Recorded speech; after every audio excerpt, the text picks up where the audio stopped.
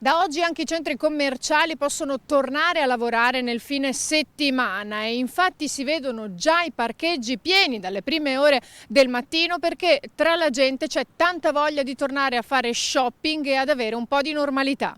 Dopo oltre un anno di restrizioni, lockdown, coprifuoco, sembra essere passato il timore del contagio. Un po' per la campagna vaccinale che prosegue, un po' per l'arrivo della bella stagione, un po' perché c'è consapevolezza.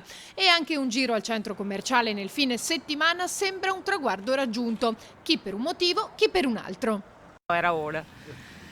Un attimo di libertà, un po' di più di tranquillità, ecco, questo è. Speriamo bene di andare avanti e di cercare di migliorare, che la gente non abusi di questo e di poter tornare un po', non dico al massimo subito alla normalità, ma insomma qualcosa di abbordabile adesso. Almeno riusciamo a fare delle commissioni che durante la settimana non c'era possibile, per lavori o impegni vari. Io lavoro tutta la settimana, è solo il weekend libero, io e anche mia figlia per venire, se no dobbiamo fare acquisti. Per me hanno spostato troppo, di la verità, perché come ci sono altre cose aperte potevano aprire anche di sabato, c'era meno confusione alla fine.